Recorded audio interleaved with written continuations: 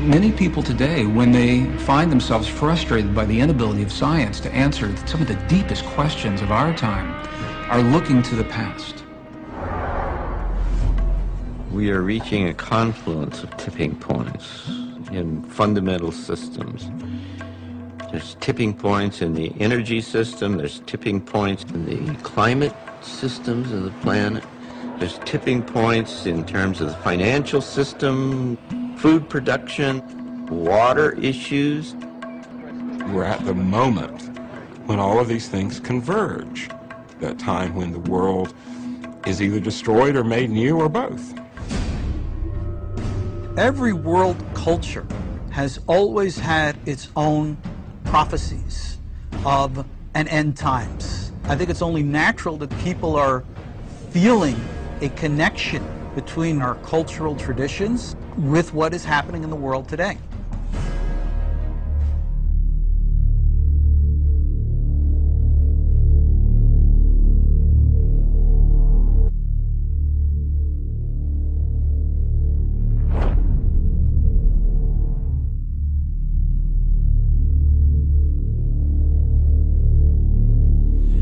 How do you deal with religious symbolism, particularly in the context of the end times, of the end times, of the end times, of the end times?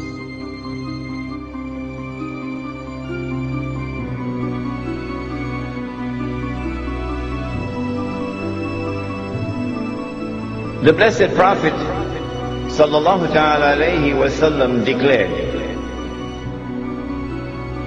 every prophet warned his people about the Antichrist, about Dajjal, the false Messiah.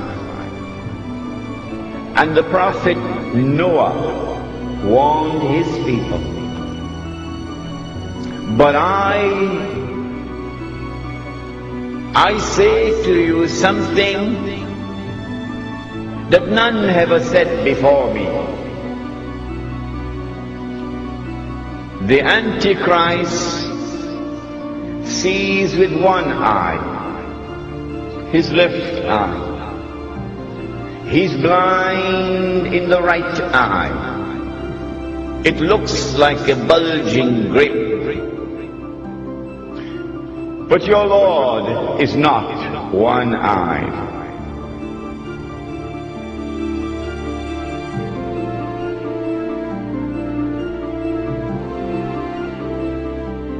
Between his eyes, on his forehead, is written the word kafir, disbeliever. And every mu'min will be able to read it.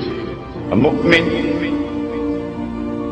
is the one who has accepted the religion, the true religion, but has not only accepted it with the lips, but the truth has entered into the heart.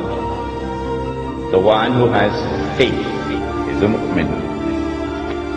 And so every mu'min will be able to read and recognize this believer. Whether that mu'min is literate or illiterate.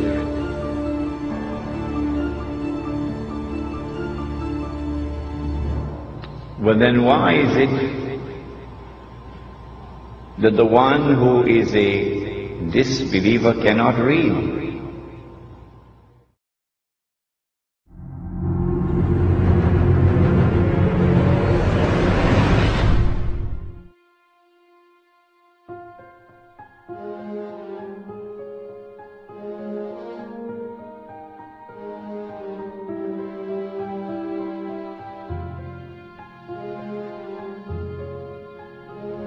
The one who has faith can read.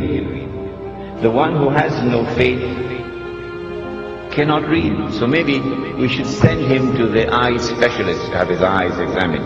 Why can't you read? But the report comes back from the eye specialist, perfect vision, no glaucoma, no cataract, His eyes are perfect. Well, then why can't he read? Even though his eyes are perfect. And why is it that the one who has faith can read and recognize kafir, disbeliever? Maybe that the one who has faith is not reading with these eyes. Do we have any other eyes beside these eyes?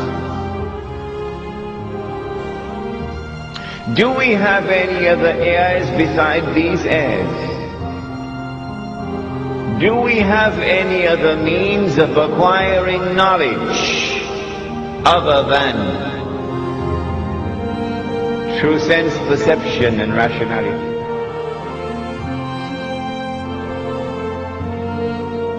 The modern godless world says no. The Quran says yes. The Quran says that the heart can see. The Quran says that the heart can hear. When faith enters into the heart,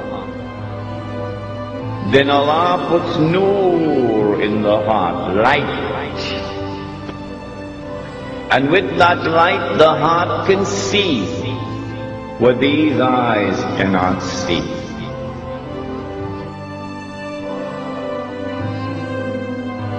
And so now it is plain and clear that when the one who has faith is seeing, he's seeing with more than these eyes.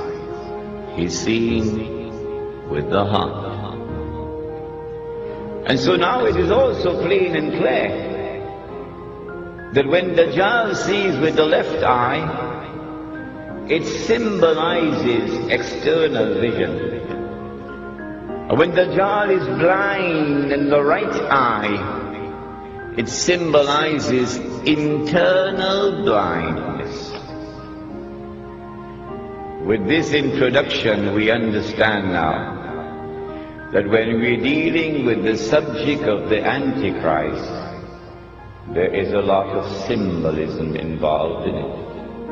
Religious symbolism, which needs to be interpreted.